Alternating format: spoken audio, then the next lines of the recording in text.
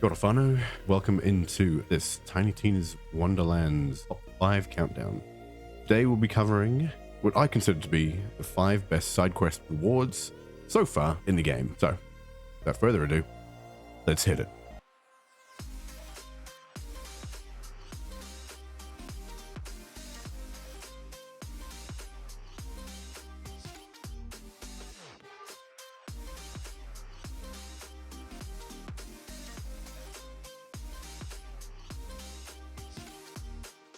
At number 5, we have our first melee weapon, and that melee weapon is the body spray of the Butcher.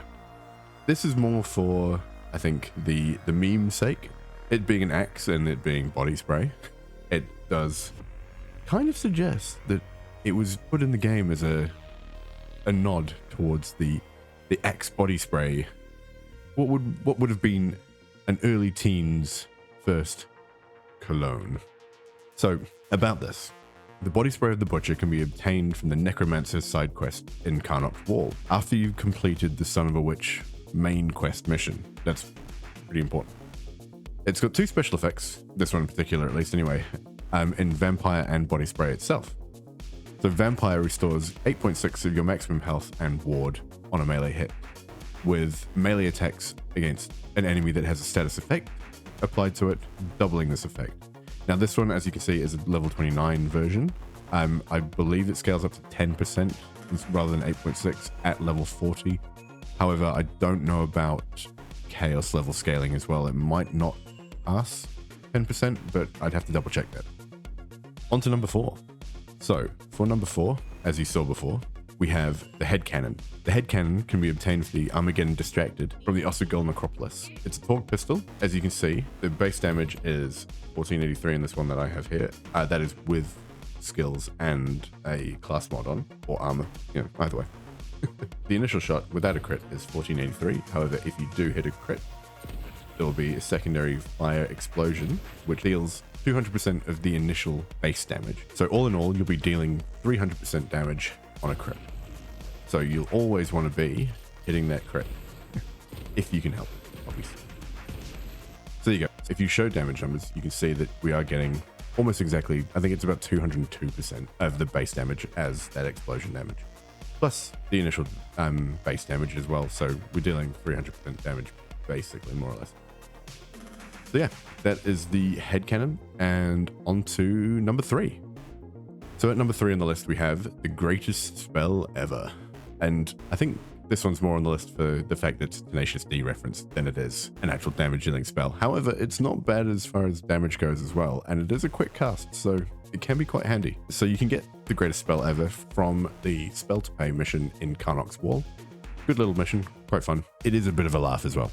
So as you can see here, so it deals an initial fire damage plus damage over time if you can stack it up.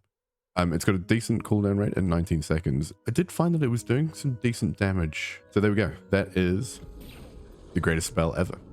And on to number 2. At number 2, we have, and this was a really hard one to decide because there's not a lot separating 1 and 2 for me. But it's going to have to go to, at number 2, we have the Last Rites of Sunless Depths. This one I got from a vendor. However, I'm not sure whether you have to unlock it first via the mission and then it unlocks in a vendor, or whether you can just roll them in a vendor to begin with. I would assume that it's the former rather than the latter in this case. So the side mission that you want to complete for this one is called 20,000 Years Under the Sea from Wargtooth Shallows. So what this shotgun does is basically ricochet between enemies. If you shoot it at the floor, it will rebound once off a hard surface and then spread out. How was it? This one's 9 pellets, so decent overall. The one thing about this is it can't come enchanted, and you can't place enchantments on it, which would make it one of the better ones if you could. Now if you there's no enemies around this guy, so let's go find some others. Here's some more crabs. What you'll see is if you hit, not like I am doing, but if you hit an enemy, it will ricochet to nearby enemies. And it will ricochet to more than one. I think it would ricochet to everyone nearby up to a maximum of the number of pellets that you have. However, I'm not entirely sure of that because it's quite hard to track when you're in the middle of, 10 enemies. So there it is. Last Rites of Sunless Depths. Really, really great shotgun if you can find it. And definitely go and do the 20,000 Years Under the Sea mission in Walk Through the Shallows. And at number 1, which should come as relatively no surprise, my favorite on this list, the Hextrous. The Hextrous can be obtained from the Inner Demon side quest, which is started right here in Brighthoof. All you have to do is follow the quest chain through, and at the end of it, you'll get it as a reward. Now, the Hextrous may seem familiar to some of you. The Rip and Tear red text should hint at its origins. Then when we fire it, it should become plainly obvious. Let's find a wall, shall we?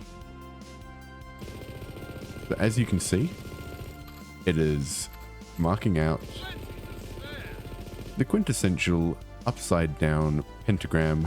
This Dahlia SMG may seem a little familiar in some respects. The firing pattern, in particular with the red text, which some may recognize as a Doom reference, in the Rip and Tear text, and the pentagram firing pattern definitely would lead to believing it is the Doom Super Shotgun in SMG form. However, Borderlands 3 players will know it by another name, the Hellwalker. A little different to the Hellwalker from Borderlands 3 though, as it's an SMG and decent firing. However, this will only come in fire, much like the Hellwalker. It does great damage. Mine at the moment is level 40, however, that is a base level 40 with no enchantment. That's the one thing about it, is that it cannot be enchanted.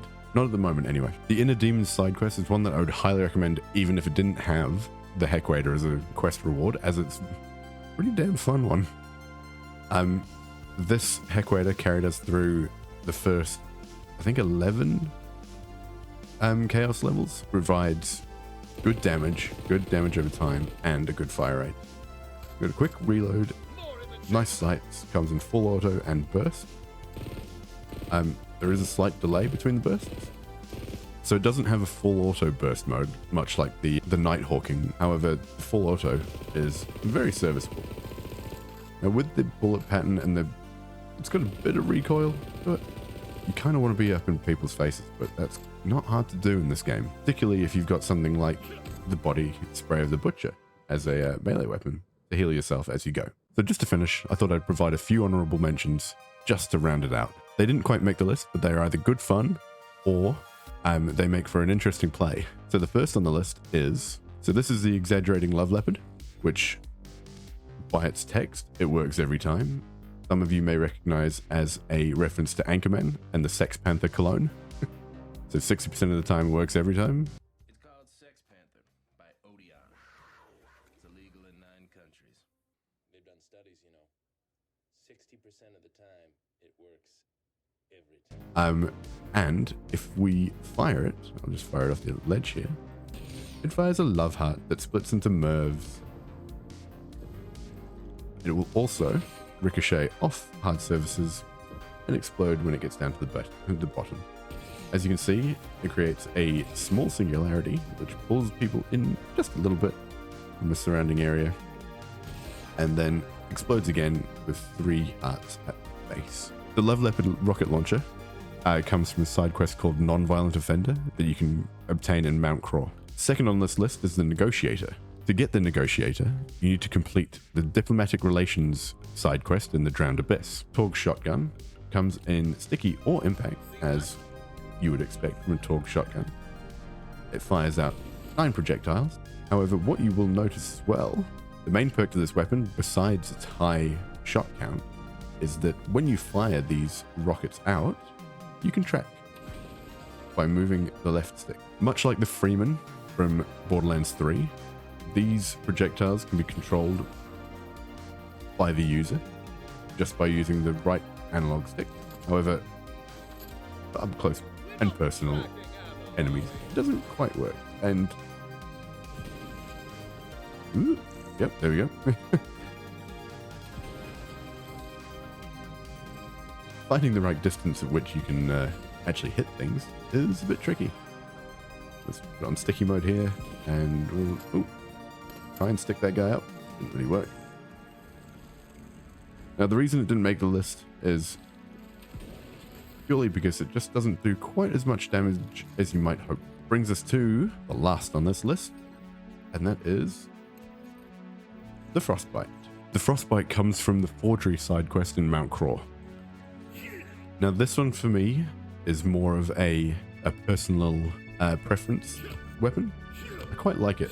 I like the aesthetic of it personally. It has Warrior and Frostbite. Frostbite always applies a fire status effect, and Warrior gives you melee damage and damage reduction increase by 7.9% for 10 seconds, and it stacks 5 times, which is pretty decent. It comes out pretty well in the end. However, you can't actually apply the damage over time to the targets, so let's go and find the crabs. Hello, buddy. So there you go. Gives you decent survivability, decent damage reduction. You can't quite see it, however, it is there. So yeah, that's the Frostbite. Personal preference, and like I said, doesn't quite make the list, as the damage is a little low, especially on higher difficulties. Probably still decent at lower difficulties. So there we have it. My top 5 side quest rewards from Tiny Tina's base game. These are, like I said, personal preference and based on my loadout and build and my testing of them. However, individual results may vary, I guess. Some of them are just fun weapons I had fun using along the way during the initial playthrough, and others are just good weapons in their own right. So yeah, I urge you to go out and give these guys a try. Go do the side quest. Even if you don't get good weapons from them, the side quests are some of the best things you can do in this game. They are incredibly fun, and you may just get lucky and get a good roll of something like the Heckwader or the Last Rites of Sunless Depth. If nothing else, then you can unlock them from the vendors following that, and then you can get them on level, which is a nice little change.